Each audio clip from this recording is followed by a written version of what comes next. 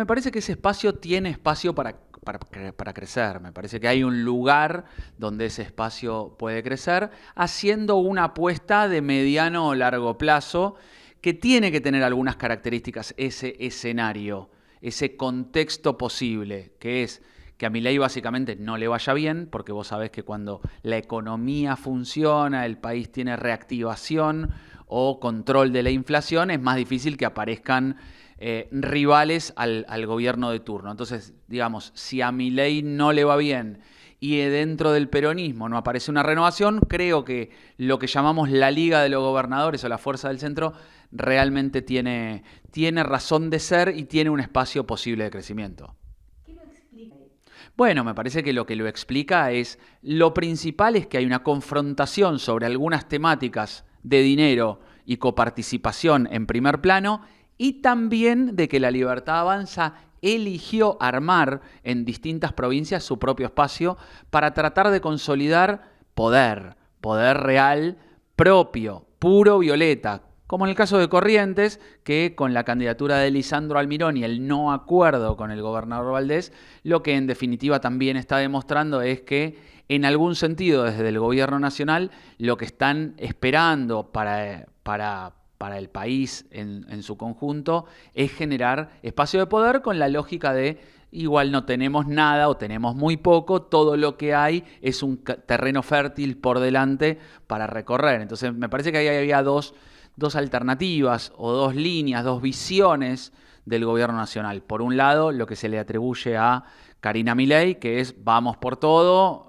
consolidemos espacios propios, puros, que consoliden poder en cada una de las provincias, porque total partimos desde una base muy efímera, prácticamente desde la nada en distintos lugares, y más la línea de lo que se decía de Santiago Caputo, que decía, no, mirá, organicemos con los distintos gobernadores, que son poderes establecidos, que nos acompañan en distintas cuestiones, sobre todo en el Congreso, porque si no, no solamente vamos a dar la noticia nacional de que perdemos elección tras elección, como bueno, fue el caso finalmente de Corrientes, sino que aparte se nos van a dar vuelta en el Congreso, en el caso de Valdés con 3 senadores, por ejemplo. Digo, me parece que ahí hay dos caminos. Bueno, el gobierno, por lo menos en Corrientes, eligió uno, a diferencia en Chaco, que eligió otro camino, que fue el de la alianza y el del acuerdo. Está bien, son situaciones diferentes en las que el gobierno protagoniza y elige. Ahí hay que diferenciar un poquito la narrativa de la campaña de la realidad de que finalmente sea lo que suceda a partir de o el 1 de noviembre, posterior a la elección, o el 10 de diciembre o el 1 de marzo cuando arranque el año legislativo 2026. Parece que hay que diferenciar. Una es la lógica de la campaña electoral, de decir, mira, nosotros nos vamos a posicionar en fortaleza, es un gobierno que avanza entendiendo de que quiere consolidar un espacio de poder, primeramente, más allá de algunas alianzas circunstanciales, y cómo cumplimos el contrato social electoral inicial con la ciudadanía a nivel federal, no puntualmente. Cumplimos en ocuparnos de la economía, que exista orden público y orden en las cuentas y en las calles, y sobre todo atacar la inflación. Para atacar la inflación tenemos que tener un dólar controlado. Básicamente es, déjenme que me ocupo de esto y paralelamente déjenme hacer mi batalla cultural. Es algo así como que le pidió a la ciudadanía, yo me ocupo del dólar, de la estabilidad macro, del orden en las calles, del orden en las cuentas públicas, de atacar el déficit fiscal, el equilibrio fiscal.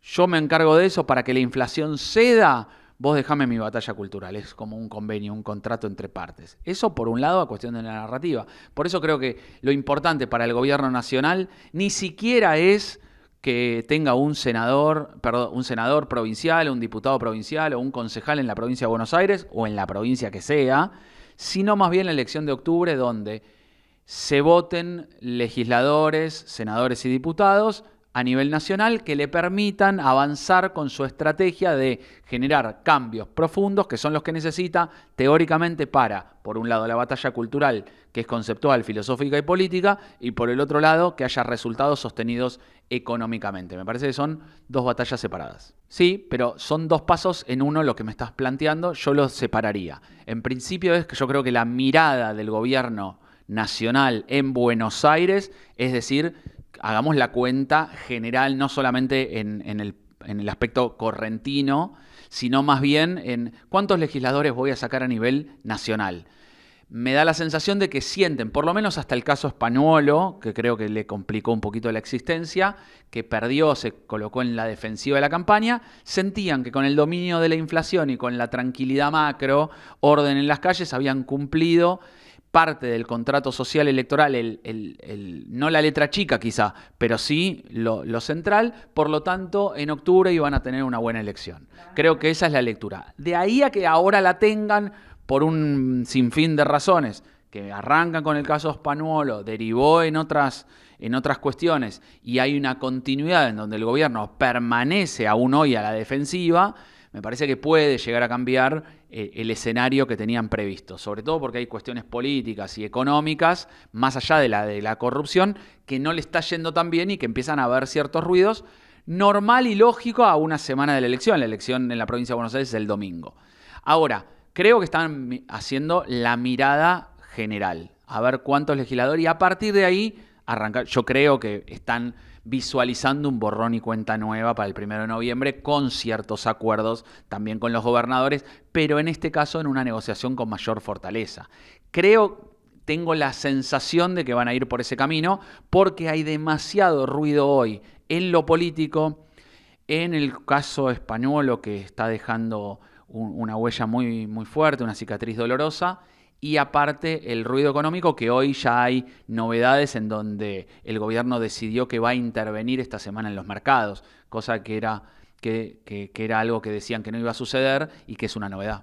Bueno, creo que hay cuestiones sí referidas a necesidades que el gobierno ve como demasiado relevantes para la circunstancia y otras de mirada de largo plazo. Vos con cualquier libertario o liberal libertario con el que hables te va a decir, bueno, nosotros tenemos un ideal de libertad absoluta, pero que hay procesos y pasos y circunstancias. Entonces, cuando lo analizan desde lo electoral, dicen, bueno, hay ciertas conveniencias electorales que se necesita para estos momentos, para luego sí seguir con los cambios profundos que necesita la Argentina. ¿Sería esa la explicación del gobierno? Me pongo en el lenguaje a nivel de la libertad avanza. También es verdad del otro lado que te dicen, mirá, la verdad que hay una contradicción evidente en lo que están planteando, en todos los sentidos, en la economía que intervienen, en la política que de alguna manera con el caso de este Spagnuolo demuestran de que están, atacando periodistas o que la corrupción sigue presente en este gobierno también. Bueno, me parece que son dos miradas con dos narrativas opuestas, realmente contrastantes, muy difíciles de congeniar y conciliar en la Argentina. Bueno, hoy el triángulo de hierro no parece ni triángulo ni de hierro. Creo que hay dos visiones en tres personas. Básicamente te diría que hay el camino, uno más consensuador, más de largo plazo, conciliador con los gobernadores, Santiago Caputo, que quizá entiende la lógica política de que los cambios tienen que ser más graduales, sobre todo por la mirada federal, porque vos te imaginás que hay gobiernos, bueno, estamos en Corrientes, en donde el gobierno nacional puede venir a decir A, B y C, y quizá en la lógica provincial no sea tan lineal. Me parece que la lectura que hay de lo nacional en las distintas provincias a veces no es la más acertada, claramente. Y esto creo que Santiago Caputo lo explica bien. Por el otro lado, la de Karina Milei diciendo, a mí no me importan las lógicas provinciales, no me importa nada, construyamos y después vemos dónde quedamos parados. Posterior a esta elección, que ahí viene el paréntesis, es la primera elección nacional después de que Milei ganó el balotaje. O sea, no es un dato menor. Es la primera elección nacional que se va a dar en el plebiscito de decir, ¿seguimos en este rumbo o volvemos al camino anterior? Creo que ahí está finalmente la discrepancia. ¿Es carne o pollo? No hay otras opciones. Por lo menos Milei intentó que sea así. No te olvides que en esa lógica licuó otros espacios para la elección nacional de octubre. Logró en muchos lugares que se ponga en primer plano la lista violeta, como por ejemplo en la ciudad de Buenos Aires, corriendo a la lista amarilla sin lugar a duda y ahí diciendo con claridad, nosotros los violetas, la libertad avanza, somos el mejor vehículo electoral para derrotar al peronismo. Bueno, yo diría que ahí uno hace una estrategia de campaña pensando en la segunda vuelta, 56%, y que a partir de ahí vos tenés gente que se acerca al gobierno porque ve que hay ciertos resultados económicos, de orden en las calles, de orden en las cuentas públicas, de equilibrio fiscal, porque le interesa la postura internacional de Milei, o porque hay resultados en cuanto a lo inflacionario, que se acercan. Y otras que se alejan porque dicen, no, pará, a mí me parece bien la cuestión macro, pero no me gusta una, dos, tres cosas. No me gusta que compare la homosexualidad con la pedofilia en Davos. No me gusta que ataque la universidad en la Universidad de Buenos Aires. No me gusta que se meta con los temas de discapacidad. O veo ciertos rasgos de corrupción que no me parecen correctos. Entonces me parece que hay de las dos cosas. Bueno, ese es el juego que Milei después, muy inteligentemente, dice, bueno, acá está, este es mi gobierno. ¿Carne o pollo? No está hablando de tres opciones, no hay una opción intermedia donde dicen, la verdad que los cambios económicos me parecen interesantes, pero no me gustan los tonos, no me gustan la forma, no me gusta lo de la discapacidad, que eso es lo que proponía el PRO.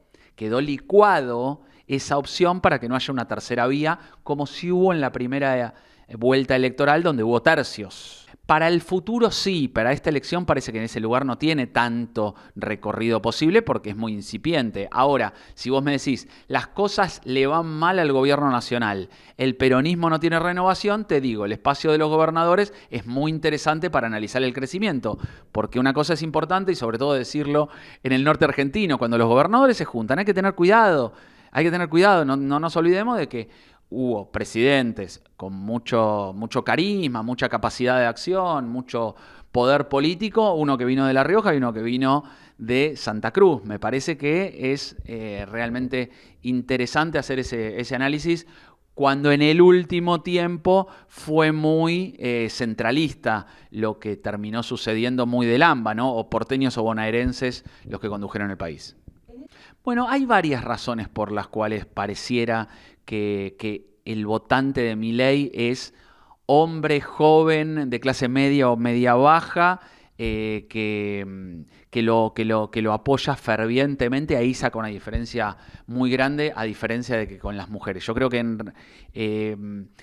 hay varios abordajes. Uno, hay una reivindicación de un tiempo en donde algunos que pertenecen a esos segmentos no se sentían representados por la lógica de Alberto, de Cristina de los años anteriores, y que en la versión del PRO de Mauricio Macri en la conducción del país tampoco fueron realmente resignificado el concepto que venía de los gobiernos de Cristina. Como que fue tomado algo de la lucha de género, ¿no?